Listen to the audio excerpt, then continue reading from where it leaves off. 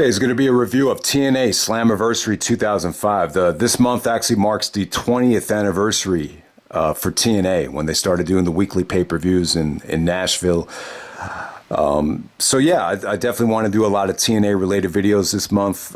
Jeff Jarrett was actually on Austin's podcast. It was cool to see them do it because of the well-documented beef and ups and downs that they've had throughout the years. But yeah, it was cool. It felt like two brothers from the South reuniting. I mean, they touched on everything from the beef to Owen Hart to TNA to the Hulk Hogan situation, WCW, and contracts and Vince. I mean, it was really, really well done. So if you haven't seen it yet, definitely check it out. The fact that it came out for the 20th anniversary of TNA, I think that's really cool. I don't think WWE did that intentionally, but I believe Jarrett just got a job with the WWE as head of or director of live events, if I'm not mistaken. On top of that, you got Slammiversary coming up this month on June 19th for Impact Wrestling. I believe it's Josh Alexander and Eric Young in the main event. I think you're going to get a Ring of Honor versus TNA match. There's an Ultimate X match. The Briscoes are facing the Good Brothers. There's actually a Queen of the Mountain, not King of the Mountain, but you got to get a Queen of the Mountain match. So yeah, hopefully they don't have to compete with Game 7 of the NBA Finals. If there's a Game 7, it's going to be on June 19th. So hopefully for Impact's sake, they don't have to compete with the NBA that night. But yeah, it looks like a much more well-rounded show than Bound for Glory. But yeah, we're going to the 3rd anniversary of TNA. This is the first Slammiversary. They kind of took the Slamboree and the anniversary title and merged them into Slammiversary. So this took place on Father's Day, June 19th, 2005. Jeff Jarrett was actually supposed to be in the King of the Mountain match. He actually got arrested before the show. He attacked a Jeff Hardy fan. He had an anti-ECW promo with Raven, basically burying, hardcore wrestlers in the bingo hall. And Larry Zbyszko is forced to put Raven in the match after Jarrett gets arrested for attacking a fan that was dressed up like Jeff Hardy. So that's how the pre-show started. So it was important to watch the pre-show. And, if you were a Jeff Jarrett fan, maybe you're a little bit disappointed that Jeff wasn't, defending his King of the Mountain throne in the main event. But AJ Styles is actually the NWA champion heading into this show, not Jeff Jarrett. But yeah, let's get right down to it. First match of the night, you had Shark Boy, Amazing Red, Delirious, Elix Skipper, Jerrelle Clark, and Zach Gowen in the X Division 6-way fray to start off this thing. I thought this was really entertaining. It was an interesting mix of talent, kind of guys that had gotten injured and, kind of lost momentum, kind of bouncing around the indies. I thought it was a lot of fun. Really not a lot of storytelling that you could really get into here, but you almost forget how over Shark Boy was with the fans. It was interesting to see Delirious here. Obviously he started wrestling on some of the Ring of Honor pre-shows and, opening matches. But, yeah, Amazing Red. I think this was a return back from the injury for him. You got Zach Gowen out there. We're not far removed from Zach being in a main event profile feud with Vince McMahon at the time. But yeah, I thought all these guys looked good here, man. I like openers like this because it's just one of those things where you could just have fun with it and it kind of sets a positive tone for the night. All right, next up you had Shocker taking on Alex Shelley. So the Shocker from AAA in Mexico taking on Shelley. This was kind of a throwback to Shelley's pure wrestling days, very mat oriented, just so many where sequences where Shelley just pulled off some amazing pinning predicaments here with the Oklahoma rolls and just the transitions into some of these pinfalls were just breathtaking. So yeah, from a pure wrestling standpoint, it was good stuff. I gotta say, I'm not blown away by Shocker's. They promoted this like lucha libre versus the hybrid style of wrestling. I can't say I was blown away by Shocker. I think he might have been a little bit past his prime at this point. They had Shocker go over Shelley here because Shocker had defeated Daniels at Hard Justice. Or Shocker actually lost to Daniels at Hard Justice for the X Division title. So I guess on the way out, part of the agreement was he would go over Shelley at the next pay-per-view. But yeah, good stuff between them. One of the better things of the night. Definitely one of the more attractive, matches from a wrestling standpoint of that night. And next up, we got Ronda Truth Killings taking on the Outlaw, Billy Gunn. All right, so throughout this whole show, Billy Gunn is trying to reunite with the Road Dogg, BG James, throughout this whole thing. So that's pretty much how this whole feud started here. But I gotta say, we're not far removed from both of these guys being with the WWE. They were still there in 2001. I guess both guys were like on Sunday Night Heat at the time. I gotta say this about Ron the Truth Killings. He's definitely like one of the founding fathers of TNA. He came into the first King of the Mountain match in 2004 as the NWA champion, so he deserves a lot of credit. At this time, you could definitely see he had a lot more athleticism. He had a unique build, and you could definitely see Ron Killings as a moneymaker, especially at that time. Billy Gunn was okay here. It wasn't bad. It really wasn't. I mean, with the Billy Gunn match, there's just really not a lot to say about it. But Ron Killings actually gets a roll up over Billy Gunn, but we would see more of Billy throughout the night. We move on to the next match. We got the Naturals of Andy Douglas and Chase Stevens taking on Team Canada of Eric Young and Petey Williams. You got A1, the jacked up dude, and you got Coach Scott D'Amore out there at ringside. Really was very valuable in this match, really was a nuisance, really enabled Eric Young and Petey Williams to isolate Chase Stevens. You saw just so many tags between Young and Williams trying to isolate Chase Stevens. And, eventually Andy Douglas gets the hot tag, and that hot tag was great. I got to say, the Naturals were athletic guys. Andy Douglas especially, man. He they looked good back then. They were a really just young, up and coming. It felt like they had a lot of potential. I don't know what it was. I think when they had the franchise, like he was so hard on them, it almost felt like he was holding them back, and it kind of made them look amateurish in the eyes of the fans. But at this time, they actually got the assist from Jimmy Hart here to counter the Canadian Destroyer. So Jimmy Hart brings out the megaphone, and you got the Naturals retaining the NWA Tag Team Championships. So this was good stuff. This was definitely one of the better things of the night, without a doubt. Team Canada was a little bit more slow with their approach here. Very heelish, very methodical. So I can't say like you got to see vintage Petey Williams here. All right, next up we got Samoa Joe taking on Sonjay Dutt. This is Samoa Joe's TNA debut against Sonjay. I thought it was awesome stuff here, man. I'm going to say this. I could see people being critical of this at the time because of Joe. I mean, I think people would have liked to see Joe get a complete squash. To see someone smaller like Sonjay Dutt get this much offense in, I could just see some people being a little bit nervous at the time of how they were presenting Joe. But looking back on it, Sonjay's an incredible wrestler. Joe even said on his DVD, Unstoppable, the best of Samoa Joe, that he couldn't have picked a better guy to debut against because he thought Sonjay was probably the most underrated wrestler in the business at the time. So Sonjay did get some really, really amazing high-flying offense in here. I thought he looked amazing. But ultimately, you still want Joe to look dominant. And, the ending to this match, you saw Joe hit the Insecurity, the Muscle Buster, Chiquita Clutch. The ending was so dominant that it didn't matter that Sonjay got about 2 or 3 minutes of offense in. And, ended up being just a entertaining squash match. Really, really good stuff. It really kind of... I really think Joe coming into TNA... took him to the next level, and it really made sense for AJ to drop the NWA title and just focus on the X Division stuff with Samoa Joe and Christopher Daniels. I think that made a lot of sense. But yeah, man, Joe coming into TNA, I think it had a huge impact. And it almost felt like the pay-per-views got even better since Joe debuted here. So yeah, good stuff. Very historic match too. All right, next up, we got Bobby Roode taking on Lance Hoyt. It really felt like they were trying really hard to get Lance Hoyt over as a babyface. There was like 3 or 4 fans in the front row. You see these fans all the time in TNA. They obviously planted fans. They were wearing the Lance Hoyt merchandise. But I don't know. I wasn't a huge fan of Hoyt at this time. I just think he's improved his look a lot over the last 15 years or 17 years, whatever it is. But Bobby Roode gets the pinfall here. thanks to the assist from Scott D'Amore. They brought out the hockey stick, and they really distracted Lance Hoyt. After the match is over, though, Lance Hoyt lays out Scott D'Amore on a stretcher.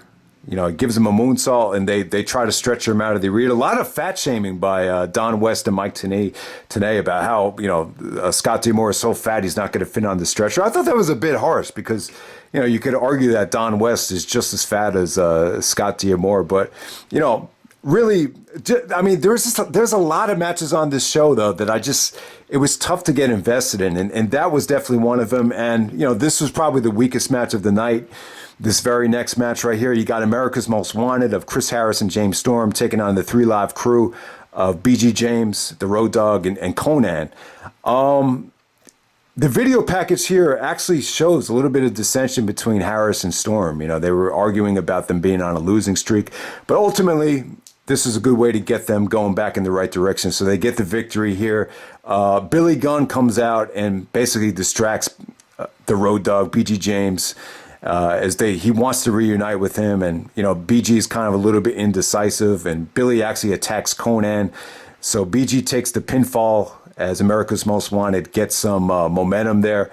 So, yeah, I mean, it seemed like the fans wanted to see a reuniting of the New Age Outlaws of Billy Gunn and the Road Dogg. So that's pretty much how it ended. It's tough to care about it, but hey, 3 Live Crew was pretty popular though. I could be wrong, but if memory serves me correctly, I think they got their own DVD of their own best of DVD. I don't know how many people bought that, but I do remember that. All right, now we move on to the good stuff. We got Christopher Daniels, the X Division champion, taking on Chris Sabin and Michael Shane. Sabin comes out there with Trinity. Oh, God, Trinity wears, I got to say, this is the hottest dress I've ever seen in pro wrestling history. You have to see it to believe it. I thought it was an amazing dress. Yeah, Trinity looked hot. And so did Traci Brooks, the former girlfriend of CM Punk. I thought the women here were used beautifully. There was a little bit of catfighting here, but ultimately, Daniels, I think they were good for the storyline, too. They really kind of gave them more of a soap opera storyline than they would have had if they didn't have the women here. And at the same time, Daniels is a great heel. It was almost like a Bond villain or a villain from a movie where he actually takes Trinity and locks her in the angel wings just to get leverage. So Sabin is actually forced to hit Michael Shane with the Death Valley driver, the cradle shock. So it's like Sabin had the pick. Do I save Trinity or do I hit the cradle shock? So this is a 3-way elimination match. So Sabin actually eliminates Michael Shane, and it comes down to Daniels and Sabin 1-on-1.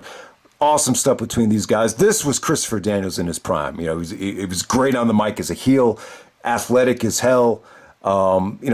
Even though Daniels was a heel, he didn't water his style down. And I actually like that about Daniels, but some people have mixed feelings on it. But, this is prime Christopher Daniels here. I really feel like Daniels elevated the X Division title, even more so than Joe, even more so than AJ. I feel like from start to finish, this is the best X Division championship reign I think anyone's ever had.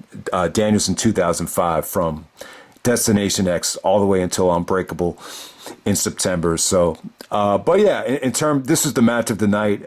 Even before Michael Shane got eliminated, Michael Shane, Matt Bentley from Ring of Honor, I thought he was good here. I mean, all 3 guys wrestled a very grueling, fast-paced match, tons of action. It felt like this was on a different level than anything else on the show. It really did. And once it came down to Daniels and Sabin, it was good stuff, man. I think Sabin really deserved the one-on-one match with Daniels, but you get the feeling that maybe they weren't confident in Sabin's mic skills to, tell a story with the video package here, and maybe that's why they made it a 3-way with the women to get involved. And it definitely worked. It definitely paid off.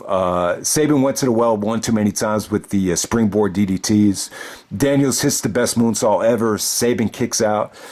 Sabin goes for the DDT and he misses it, and then Daniels counters it into the angel wings to get the pinfall on Sabin. Yeah, very well executed. Just total nonstop action there. I mean, they didn't apply one rest hold, and they kept it at a grueling pace. 17 minutes the longest match of the night, and without a doubt, the best match of the night. So good stuff there. All right, next up, we got the King of the Mountain match for the NWA World Heavyweight Championship. So this is the second King of the Mountain match, and AJ actually won the belt from Jeff Jarrett at Hard Justice, where Tito Ortiz is actually the special guest referee. So Raven takes Jeff Jarrett's spot. So you got AJ, Raven, Abyss, Monty Brown, and Sean Waltman. So you have a really nice mix of talent. You got ex-WWE guys, ex-ECW guys, and then you got some homegrown TNA guys. This was only a little bit under 15 minutes, but I felt like it delivered, man. All right, so the King of the Mountain. This is the second King of the Mountain match. I should probably explain the rules, right?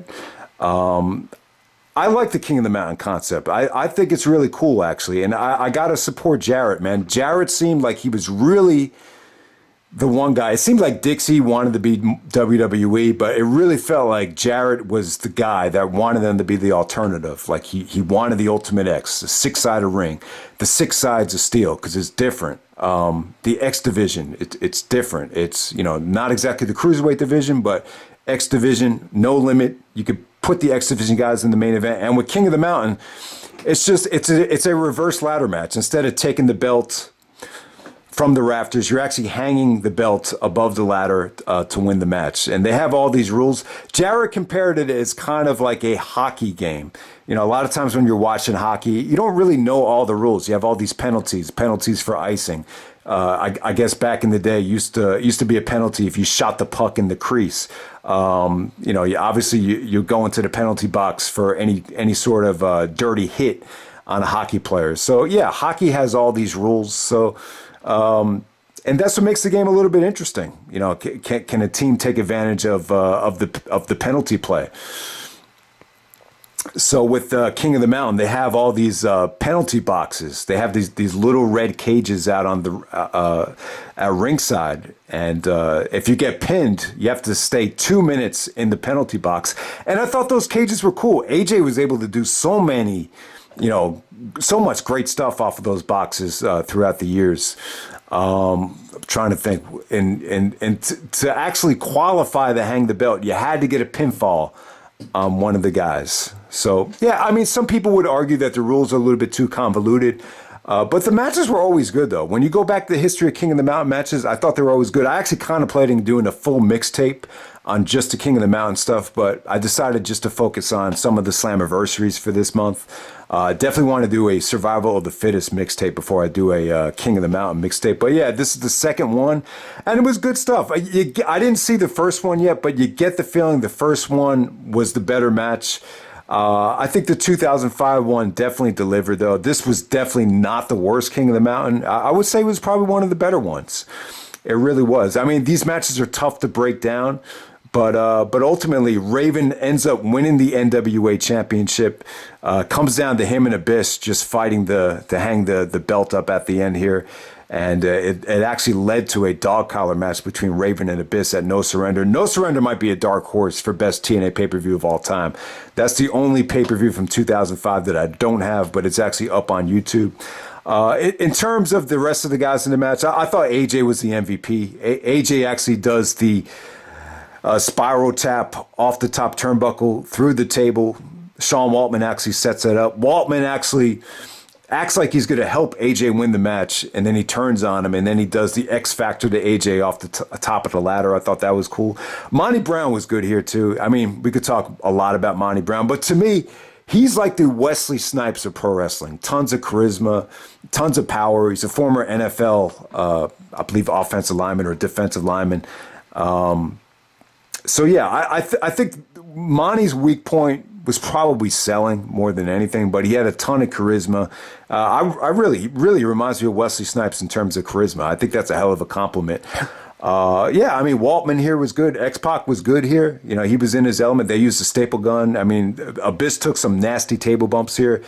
He took the pounce off the ladder from Monty Brown, and he went through a table. That was a pretty awesome spot. And, yeah, I mean, I can see some people getting a little bit pissed off at the guys constantly having to enter the penalty box. Maybe it took away from the match, but it kept the match a little bit it made the match flow a little bit better, so you didn't have the ring all jammed up with guys at the same time. But, Raven wins the NWA title. It almost felt like they really tried to capitalize off of the success of ECW One Night Stand a week earlier. I don't think Raven was a part of the ECW weekend for the WWE. So yeah, they really they decided to push Raven. Raven was still good. You could argue that Raven was the best storyteller coming out of ECW. He was still in pretty good shape at this time. And yeah, so he had a pretty long NWA title reign. I believe he held the belt. I know he defended it against Rhino at Unbreakable, which wasn't the main event, but I think he lost it to Jarrett right before they went on Spike TV. Jarrett had this mindset that, I guess he took a lot of criticism for it, but he always wanted to be the champion heading into the Fox debut or heading into the Spike debut or heading into the pay-per-view debut. And I guess that's what they did there. So Raven was champion for maybe a little bit under 4 months right there. But yeah, man, I thought pay-per-view was very inconsistent, though. There was so much stuff I had a tough time talking about. The Ron Killings match against Billy Gunn, the AMW tag match, the Team Canada stuff with Bobby Roode and Lance Hoyt. There was some stuff that really felt insignificant on this show, and that was 2005 for you. I've always stated that the best stuff from 2005 was, the X Division stuff. But yeah, I would definitely check out the double main event. The last two matches are incredible. You got Samoa Joe's debut. That makes this a must-see show, no matter how you look at it, because of that. This is one of the most impactful pro wrestling debuts of all time. Shelley's match against Shocker was excellent, I thought. So there is some good stuff on the show. It's a little bit inconsistent. The last two matches are great. I wouldn't say they're amazing or must-see, but, you got a back-to-back 4-star double main event here. Just a little bit of quick history about King of the Mountain. So I didn't see the 2004 one yet. That's actually up on YouTube. Jarrett actually wins that. That's the first King of the Mountain. So Raven wins this King of the Mountain 2005. I believe Christian turns heel. Wait, does he turn heel? No, he doesn't. So Christian loses the belt to Jarrett in 2006. I think, Jarrett won it in a screwy way. I remember they were throwing trash when Jarrett won the belt in 2006. Angle wins the first. It wasn't NWA at this point. You remember in Sacrifice, they stripped Christian of the NWA title the morning of Sacrifice. So Angle actually wins the first ever TNA championship in 2007. Joe wins it in 2008. He defends the TNA belt in 2008. That might have been the weakest King of the Mountain from what I remember. And then 2009, you actually had two of them. You had an X Division 1 to open up the show, that was the match of the night. I remember that was awesome. I actually did review Slammiversary 2009 on my old account. I remember I reviewed that right after the show.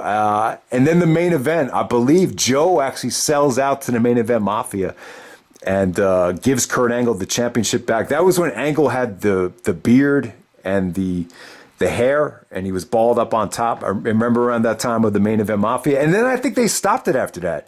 I think Jarrett was saying that Hogan and Bischoff just weren't on board with King of the Mountain. But it was different. It was really different. It was, out of the box thinking, I would say. I guess some people thought that the rules were confusing, but I don't really think they had one bad King of the Mountain match. And I want to go back and watch the one from 2004. I didn't want to watch it for this review because I didn't want to confuse both matches, but it's actually up on YouTube if you want to see it. But that's pretty much it, guys. That's Slammiversary 2005, and I'm out.